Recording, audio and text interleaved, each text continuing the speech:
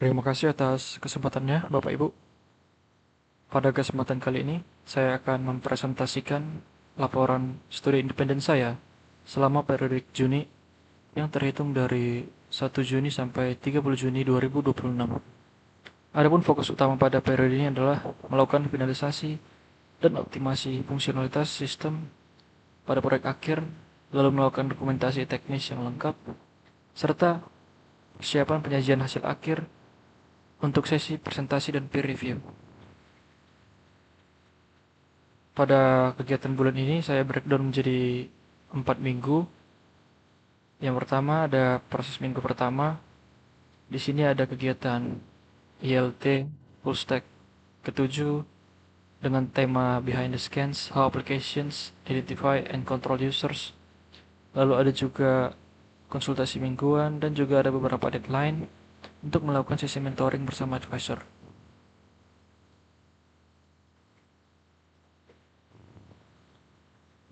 Selanjutnya ada proses mingguan yang minggu kedua.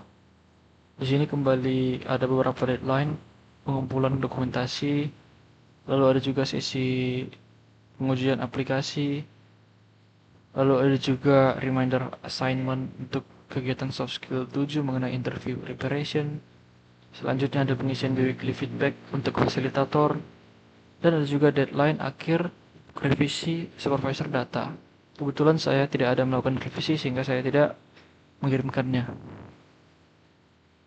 Kemudian pada minggu ketiga ada kegiatan English post test. Di sini saya sudah mengerjakannya juga. Lalu ada juga konsultasi mingguan dan ada kegiatan coding camp corner 3 untuk membahas seputar coding camp. Selanjutnya ada pengisian weekly feedback lagi mengenai fasilitator. Nah, pada minggu terakhir kembali ada konsultasi terakhir, lalu ada juga batas deadline, pengumpulan abstrak dan banding jika ada kesalahan atau kekurangan dalam penilaian. Ada juga deadline laporan pengusulan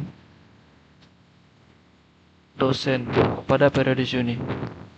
Nah, pada periode Juni ini kurang lebih hanya ada proses-proses submission dan deadline-deadline saja untuk yang belum mencapai target dan diikuti dengan pengumpulan postingan di LinkedIn mengenai recapitulation dari kegiatan coding camp sejauh ini.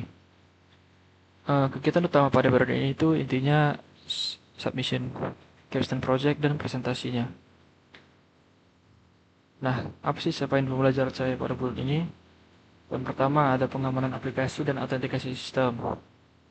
Di sini saya mampu memahami bagaimana layer keamanan aplikasi itu, seperti sistem autentikasi, lalu API yang publik atau private.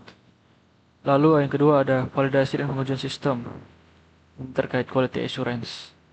Di sini saya mampu melakukan pengujian fungsional aplikasi, fitur-fiturnya itu secara komprehensif. Lalu ada penetapan bug fixing seperti ada beberapa anomali pada model AI saat dipanggil. Lalu ada evaluasi proyek kolaboratif. Nih, sesi yang paling penting yaitu peer review dan presentation. Mampu mempresentasikan hasil kerja secara profesional, menerima masukan bulat. Nah, di sini maksudnya kemarin kami ada presentasi kepada kelompok-kelompok lain dan kepada ada asesor juga. Lalu kami menerima masukan dan kritikan melalui Google Form. Selanjutnya, komunikasi profesional. Di sini meningkatkan kemampuan komunikasi melalui evaluasi English post test. Ini seperti TOEFL ada listening gitu. Listening terus ada pengisi, ada reading komprehensif dan sebagainya. Nah, selanjutnya ini caption proyek kami itu Sawit atau Sahabat Duit, aplikasi web manajemen keuangan. Yang pertama itu ada fitur kategorisasi transaksi otomatis, lalu dashboard analitik, bisnis kalkulator, dan sistem rekomendasi AI yang menjadi fitur utamanya. Lalu ada fitur tambahan seperti subscription tracker dan juga section informasi investasi. Ini melihat informasi saham IHSG. Sebelumnya ini sudah saya jelaskan juga pada laporan periodik bulan Mei. Nah, apa luaran yang saya capai? Hasil nyata atau luaran dari periode ini ada berkas final deliverable capstone project. Di sini ada dokumen proyek akhir yang komprehensif, termasuk juga slide presentasi, dokumen teknis, dan sebagainya yang berhasil disubmit sesuai dengan tepat tenggat pengumpulan dan mendapatkan nilai yang bagus, nilai A. Lalu hasil penilaian peer review dan presentasi juga memiliki nilai yang bagus. Lalu ada transkrip nilai. Nah, semua nilai-nilai yang bagus yang saya bilang tadi sudah masuk ke transkrip nilai ini, yang dapat nilai akhir saya itu 90 sekian, ya dikonversi menjadi grade A. Ada kendala saya pada periode ini. Yang pertama, produk akhirnya itu kan pakai Indobird dan MLP. Jadi nggak bisa di load di Railway yang free. Jadi kami upgrade ke Hobby Plan dengan harga sekitar belasan belasan dolar ya, mungkin belasan dolar kemarin. Nah, itu solusi yang kami ambil. Lalu tantangan kedua ada performa latensi. Itu dashboard analitik.